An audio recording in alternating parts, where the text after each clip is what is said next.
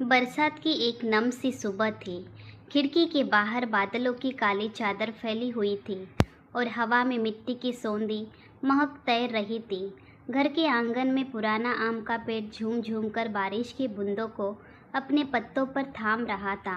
अंदर बैठक में पिताजी लकड़ी की पुरानी कुर्सी पर बैठे थे। उनके हाथ में अखबार था, लेकिन आंखें पन्नों पर नहीं टिकी थी। उनका ध्यान कहीं और भटक रहा था, शायद बीते हुए दिनों में, या शायद उन अनकहे सवालों में जो उन्होंने कभी किसी से नहीं कहे। मैं कमरे के कोने में बैठा चुपचाप उन्हें देख रहा था।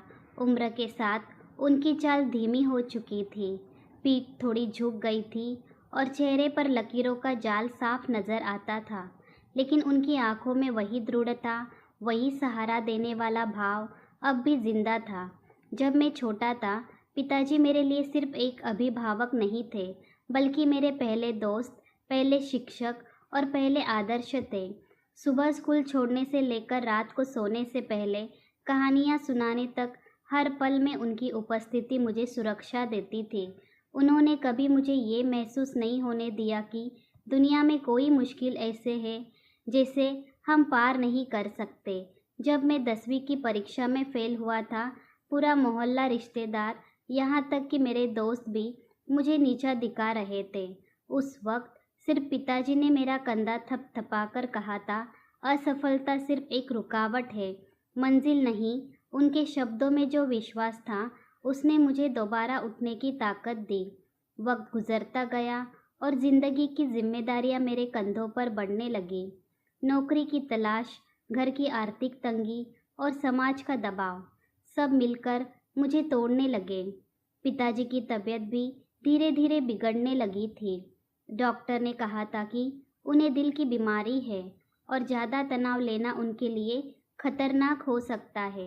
लेकिन मैंने देखा, वो खुद दर्द में होने के बावजूद मेरे लिए मजबूत बने रहे। कई बार मैंने उन्हें आधी रात को खांसते हुए सुना, लेकिन सुबह होते ही वह ऐसे उठते जैसे कुछ हुआ ही न हो, सिर्फ इसलिए कि मुझे कमज़ोर न पड़ते देखे। एक बार मैं एक बड़ी कंपनी के इंटरव्यू में फेल हो गया था और मन पूरी तरह टूट चुका था। घर आकर मैंने कमरे का दरवाज़ा बंद कर लिया और सोचा कि शायद मैं इस दुनिया के लिए बना ही नहीं हूँ।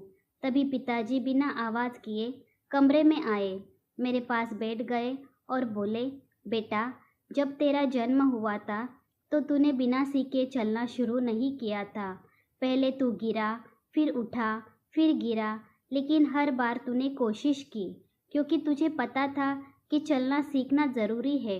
ज़िंदगी भी वैसी ही है, गिरने का मतलब हारना नहीं होता, बल्कि सीखने का मौका होता है। उनकी बातें मेरे लिए दवा की तरह थी। मैंने उसी दिन ठान लिया कि चाहे जितनी बार गिरूं, मैं हार नहीं मानूंगा। धीरे धीरे मेरी मेहनत रंग लाई। मुझे नौकरी मिली, फिर प्रमोशन और ज़िंदगी पटरी पर आने लगी। लेकिन पिताजी ने कभी इसका श्रेय खुद को नहीं दिया। हमेशा कहते, तूने मेहनत की, मैं तो बस तेरे साथ खड़ा था। मैं जानता था कि अगर उनका साथ, उनकी सीख और उनका भरोसा न होता तो शायद मैं आज इस मुकाम पर नहीं होता। अब पिताजी की उम्र ढल चुकी है। उनकी चाल धीमी, आवाज़ हल्की और आंखों पर मोटा चश्मा चढ़ चुका है। लेकिन मेरे लिए वह अब भी वही सहारा है जो बचपन में थे। फ़र्क बस इतना है कि अब मैं उनका सहारा हूँ। जब मैं उनके साथ पकड़कर सड़क पार करता हूँ, तो मन में गर्व और भावुकता दोनों भर आते हैं। वह मुस्कुराकर कहते हैं, अब तू मेरा सहारा है बेटा। उस एक वाक्य में सालों का रिश्ता, प्यार, त्याग और विश्वास समा जाता है।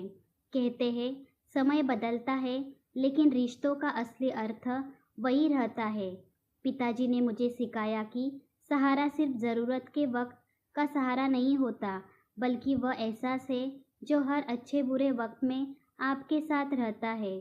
आज भी जब ज़िंदगी में कोई मुश्किल आती है, मैं आंखें बंद करके सोचता हूँ, पिताजी होते तो क्या कहते, और जवाब अपने आप दिल में गूंजने लगता है, गिर मत बेटा, आगे बढ़। दोस्तों, उम्मीद करती हूँ कि आपको हमारी कहानी पसंद आई होगी। कहानी पसंद आई है तो वीडियो को लाइक करें, चैनल पर नए हैं तो चैनल को सब्सक्राइब करें और हाँ, नोटिफिकेशन बेल आइकन को ज़रूर दबाइए ताकि अगले अपडेट सबसे पहले आपको मिले। तब तक के लिए धन्यवाद।